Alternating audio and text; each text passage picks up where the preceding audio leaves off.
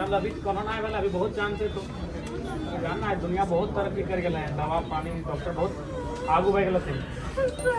हिम्मत से काम ले अभी बहुत, अभी इतना आंदोलन बहुत झारखंड में सब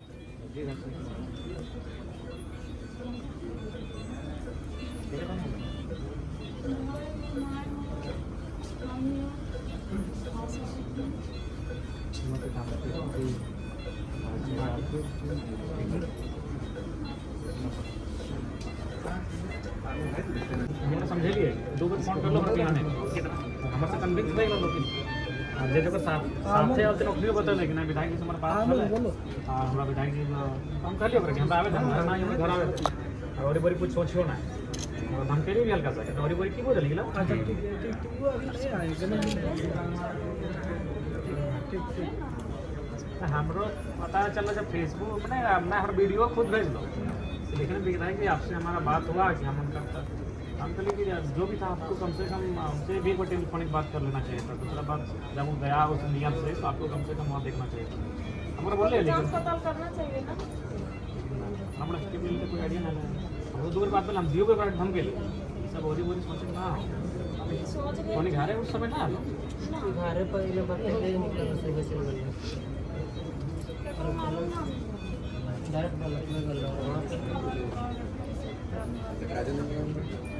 अब जब ब्लॉकों में तो ब्लॉकों के कोई आदमी ना स्टाफ लेके पंचायती भूल तो अपनी बहुत सारा है। जब अपनी की जानकारी मिल चुकल है कि ऐसा कह सकल है ठीक हो तो कम से कम अगर ना अपनी के अगर कुछ वो हॉस्पिटल ना लेके जाए हॉस्पिटल वीडियो भेजते नहीं लेके हॉस्पिटल करा दी का पड़ा लेते हॉस्पिटल वाले बोले हम गया था उठा पठा करना हॉस्पिटल हमें पड़ा है हॉस्पिटल क्या जांच है क्या न जांच है आप अधिकार है ठीक है एक ये डांटने का आपको अधिकार है वीडियो है ठीक है गार्जियन है लेकिन आप जांच में डांटिएगा कि नजाज में डांटिएगा सो बोलिए तो 10 के सामने गाली गलौज करते हैं बेइज्जती करा देते हैं हम पता करते और हैं बहुत वो भी सारा जो महंगा बिल्डिंग के बाद में भी बोलिएगा कि कॉलोनी बना दीजिए उसको साइन कर मदद दीजिए बेटा उसको गाइड अच्छा देते कीजिएगा हैं उसको तो क्या होगा पता हमको चल रहा है हमारे बहुत सारा महिला गलत नहीं पंचायत कर से सकते सरकार का चीज़ है सरकार को हिसाब देना पड़ता है ना फिर वहाँ मैंने और उल्टा काम के लिए प्रेशर भी डालते हाँ हैं ना सारा इंक्वायरी कर ले वो बोल रहा है जरा आवास दिए ले ऊपर 8 गो कमरा है और ओकर अच्छा खासा इनकम है ओकरा ही आवास दिए बोला ठीक बोले हम कहे ओकरा तो ओकरा ऊपर जियो टेक करी हम तो ओकर करबो जकर आवास के जरूरत है सारा हम डिटेल पता कर लिए हम सारा डिटेल पता कर लिए जैसे सम्मिलित है अपनी को पिताजी हम करेंगे ना जियो किशन में है लेकिन जब तक सांसें हैं तब तक आस है और सांसें हैं यानी संघर्ष है और निसंदेह हम प्रार्थना करते हैं कि कोई अनहोनी ना हो और वो स्वस्थ हो। हालांकि डॉक्टर ने बताया कि सिचुएशन जो है कभी काफ़ी मतलब गंभीर है और ये कहीं ना कहीं सिस्टम की लापरवाही है और बिल्कुल संवेदनहीनता भी है। विशेषकर वीडियो महोदया जो वहाँ की है उनकी संवेदनहीनता है। अगर उनके परिवार के लोग होते हैं तो क्या वो इसी प्रकार की संवेदनहीनता होती? नहीं होती, संवेदना होती, भावना होती। जबकि उनको मालूम था कि ये शख्स पत्र लिख चुके हैं, उनको मालूम था कि वे प्रखंड परिसर में आत्महत्या का प्रयास करेंगे तो सबसे पहला काम जो प्रखंड विकास पदाधिकारी है उनको तो सबसे पहले स्थानीय थाना प्रभारी को सूचना देना चाहिए था या फिर अपने 2 स्टाफ को वहाँ पर डिप्यूट करना चाहिए था कि यदि सुखलाल महतो आते हैं तो उनको आप अपने कस्टडी में ले लीजिएगा ताकि वो कोई ऐसी घटना ना करे। क्योंकि निसंदेह आत्महत्या करना भी एक अपराध है तो उनको उस अपराध से रोकने के लिए पुलिस थी। आप प्रखंड विकास पदाधिकारी हैं, आप पुलिस को सूचना देते हैं, आपके कुछ ही कदम में वहाँ थाना है, आप थाना प्रभारी को सूचना देते हैं कि आप इनको कस्टडी में ले लें। यानी आप बिल्कुल वहाँ उन्होंने गैर जिम्मेदाराना हरकत किया। उन्होंने बिल्कुल अपना जो उनका मानवता था वो मानवता उनका कहीं नहीं दिखा। अगर वो मानवता जरा सा भी दिखाती तो आज ये स्थिति उनकी नहीं होती। बिल्कुल जब चूँकि कोई भी अगर चूँकि वो सूचना दे के आत्महत्या करने जा रहा है, अगर मान के चलिए कोई व्यक्ति कल को अगर विधायक के आवास में अगर आत्महत्या करने आ रहा है तो जाहिर सी बात है हम अपने समर्थकों को कहेंगे कि मेरे आवास तक ना पहुंचे क्योंकि अगर वहाँ अनहोनी होगी तो हमको सवाल का जवाब देना होगा। हम तो पहला प्रयास करेंगे वहाँ तो वो पहुंचे ही ना, अगर वो दिखे तो उसको पकड़ के हम शांतिपूर्ण तरीके से कहीं बैठाएंगे। क्योंकि इंसान का माइंड एक पल के लिए डिस्टर्ब हो सकता है, हो सके 2-4 घंटे के बाद वो फिर जिंदगी के बारे में सोच लेता तो कुछ देर अगर हम पकड़ के बैठा लेते तो बिल्कुल ये चीज़ें वहाँ नहीं दिखी। यानी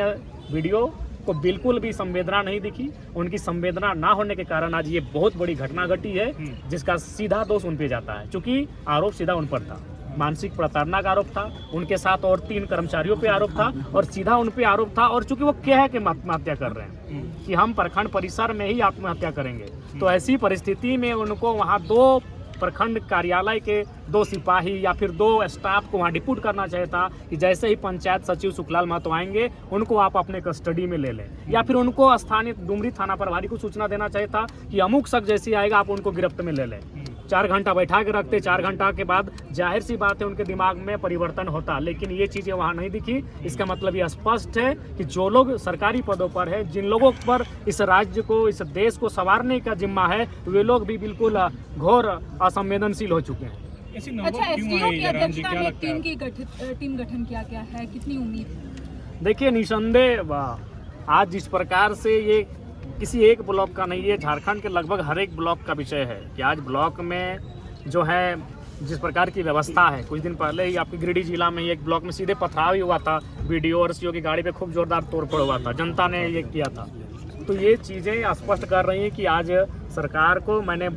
विधानसभा का जो बजट सत्र था उसमें भी मैंने कहा था कि जनता आपके बजट को नहीं समझ रही है कि आप कितना बजट दे रहे हैं, क्या नियम यहाँ बैठ के बना रहे हैं, कारा के लिए नियम बना रहे हैं या शिक्षा के लिए या स्वास्थ्य के लिए। जनता थाना को समझती है, जनता ब्लॉक को समझती है, जनता अंचल को समझती है। वहाँ अगर आप करप्शन को दूर कर लेते हैं, वहाँ अगर आप रिश्वत और घूसखोरी को दूर कर लेते हैं, तो झारखंड को जनता स्वर्ग मानेगी। और मैंने चेताया भी था बजट सत्र के दौरान, लेकिन आज सरकार निरंकुश है। ब्लॉक पे वो निरंकुश है, आज थाना पे निरंकुश है, आज वो अंचल पे निरंकुश है। उसी का कारण है कि इस प्रकार की घटनाएं घट रही हैं। और निसंदेह मैं तो स्पष्ट कहता हूं, अब यहाँ से जाने के बाद मैं व्यक्तिगत तौर पर मैं जो जितने भी मेरे विधानसभा के अंतर्गत प्रखंड है उनमें जितने भी स्टाफ कार्यरत हैं, मैं उनके सब तमाम कुंडली को खंगालूंगा। और जिनमें भी हमें जरा भी संदेह होगा आय से अधिक संपत्ति का, जिनमें हमें जरा सा भी संदेह होगा कि उन्होंने गलत तरीके से कुछ धनराशि जमा किया है, हम फौरन, जिस प्रकार हमने माननीय मंत्री महोदय को पत्र लिखा है, हम एसीबी को पत्र लिखकर उन पर कार्रवाई करने, उन पर जांच करने के लिए हम कहेंगे। जयराम जी, कौन सा मामला को लेकर उन्हें प्रताड़ित किया जाता है? देखिए, जहाँ तक हमने थोड़ा सा, चूंकि हम भी आउट ऑफ स्टेट थे और हम सुबह सुबह ही आए हैं,